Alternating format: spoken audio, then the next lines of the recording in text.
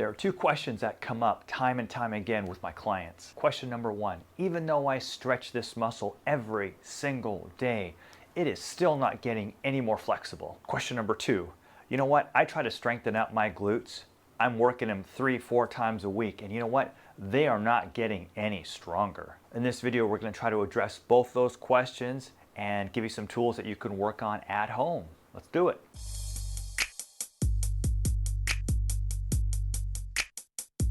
Hi everyone, welcome to the channel. Ed Dubu, physical therapist from beautiful Bellingham, Washington, where I don't think it's ever going to rain again. It's like October and we're having great weather.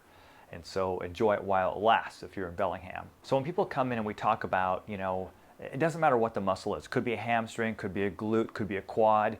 But if they've got tightness there and they are regularly stretching it. Now I don't mean stretching it once every week. I mean, they are on a serious regimen of stretching on a regular, if not daily basis. If you stretch a muscle on a daily basis, you should start to see some change. Same thing with strengthening. If you're using the proper amount of intensity, you are hitting it, 3, 4, 5 sets of volume a week, you should start to see some gains. But if you are not, the culprit could be trigger points in a muscle that need to be addressed first. What exactly is a trigger point and why is it affecting my ability to get stronger and more flexible?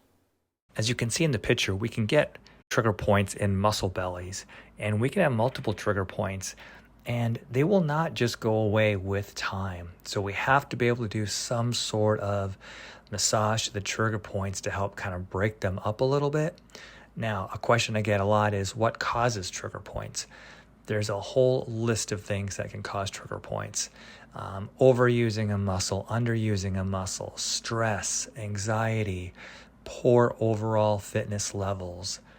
Those are just a few examples of what can cause trigger points. So it's critical that we work them out because they will not improve on their own and they can have a significant effect on our flexibility and strength. Not only can trigger points affect the ability of a muscle to get stronger and more flexible, it can be a source of a lot of pain. The first thing that I always have clients go to is, let's try to do some trigger point work to the area if you are having pain, tightness, or a lack of strength, even though you've been working at it hard. I will put a playlist that I have on my channel that has all my trigger point videos right up and through here. And so check out the playlist, scroll down to the area that you're having trouble with, and see if the trigger point work doesn't help. Always compare the affected side to the unaffected side, because remember, there are latent trigger points, which means basically there's tenderness in the muscle, but the muscle doesn't hurt, and that's fine. But we want to get an idea of what the affected side feels, and more than likely, the affected side will feel, wow, okay, my left hip is tender, but my right hip, it's a lot more tender. If you work a trigger point for approximately 2 weeks, you should start to see a decrease in the amount of overall tenderness in the area. The key is to not overdo the trigger points when you first start, because I've had clients do it, well, I did it for 30 minutes and then I couldn't walk for the next 3 days. So what I recommend is no more than about a minute per sore spot. So let's say, for example, I'm working the back of my shoulder, and if I find, oh wow, there's about 3 hot spots in that area, so literally 3 minutes, and then that's it.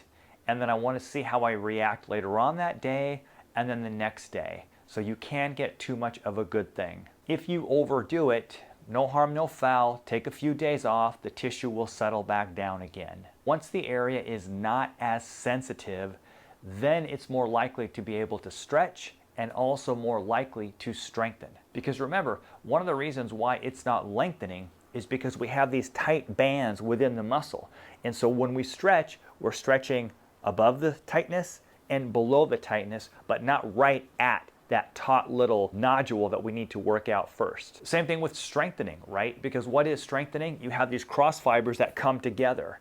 But when we have trigger points throughout a muscle, there are probably a good percentage of the muscle that's already contracted. So that when I try to contract it further, those guys are like, dude, I'm already contracted. In fact, I just stay contracted all the time. So the ability of that muscle to generate more force is limited as long as we have trigger points. Once the muscle is less tender, you should start to see some more functional gains. Let me know what your experience is. Leave a comment down below. If you haven't subscribed to the channel, please consider doing so. And ding, turn on your notifications so you never miss another one of our videos. All right, guys, take care. We'll see you at the next video.